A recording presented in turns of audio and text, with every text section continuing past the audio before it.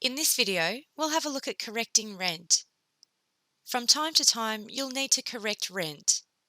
This is usually the case when rent has been charged at the wrong rate, and you will need to fix it so the rent is charged at the correct rate. So let's have a look at a tenancy. We can see here that David Beckham is paying $300 a fortnight, and the last rent charge was from the 14th of the 6th, 2015 to the 27th of the 6th, 2015. Let's assume that the rent has now gone up as of the 19th of the 6th, 2015. So from the 19th of the 6th, we should be charging him $200 a week, which makes it $400 per fortnight. Let's say that this was missed and he's already been charged the $300 for the fortnight. So before we change the rent to what it should be, we need to reverse what we've done. There are two ways that we can do this. The first and easiest way we can do this is to double-click on the rent charge and transfer the rent charge to the buffer. We are asked, are you sure you want to transfer this rent charge to the buffer? And the buffer account is just a recycling bin for Shintaro transactions, so we're going to say yes. Now that transaction is gone.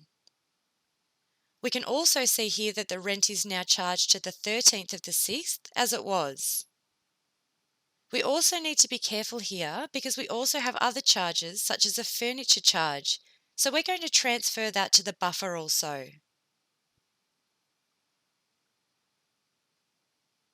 Okay, so now what we want to do is change the rent record to the correct rate. We do so by clicking Edit Rent. We will now put in an end date for the old record, which is the 18th of the 6th, 2015, and this is the day before the new rent began. We will put the new rate beginning on the 19th of the 6th of $200 a week, no end date, and we'll keep the furniture charge of $10 a week. We'll also put in the market rent, and this is now $300 a week.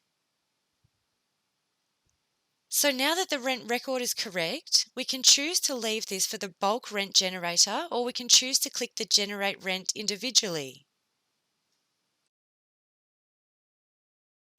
So we can see that it will generate rent for 14 days. And when we click Generate, we will see that the rent has been charged from 14th of the 6th, 2015 to the 27th of the 6th, 2015, the $364.29 for rent, and $20 for the furniture charge.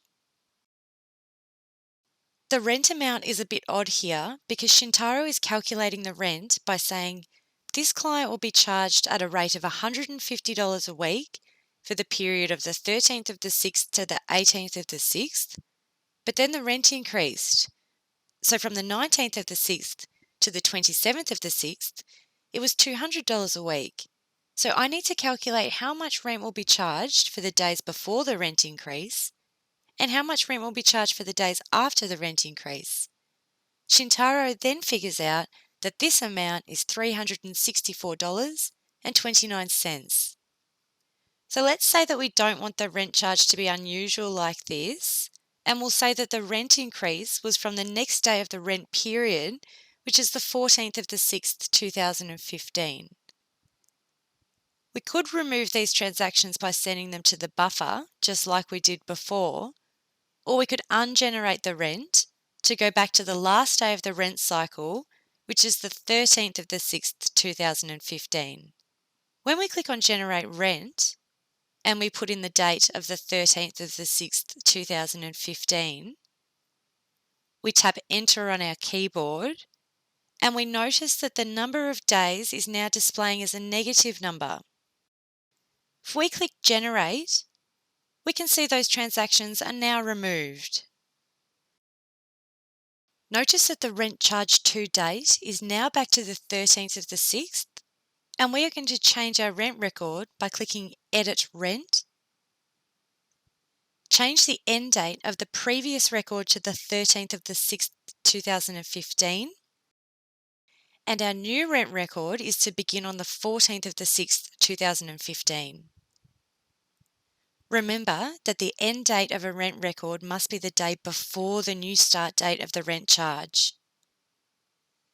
Now if we click Generate Rent,